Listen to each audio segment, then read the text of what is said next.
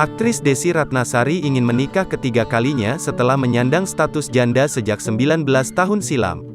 Desy Ratnasari ingin menikah lagi setelah Nasywa Nathania Hamzah mengizinkannya kembali berumah tangga.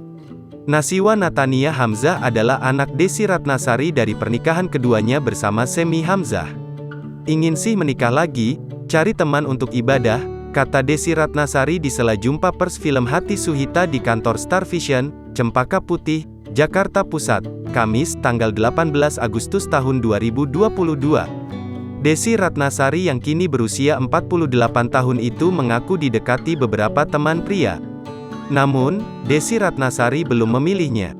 Pelantun Tenda Biru itu berharap mendapatkan pasangan yang rajin ibadah hingga memiliki sifat dan kebiasaan yang baik. Jodoh itu takdir dan pilihan, saya tidak menutup diri, kata Desy Ratnasari. Kalau boleh memilih, saya tidak memilih pasangan artis yang usianya tidak lebih muda dan paling tidak seumuran, duda dan jangan single, ucapnya. Desy Ratnasari menyadari sudah 2 kali menikah dan bercerai. Desy Ratnasari pertama kali menikah dengan Trenadi Pramudia pada tahun 1999 dan bercerai setahun kemudian.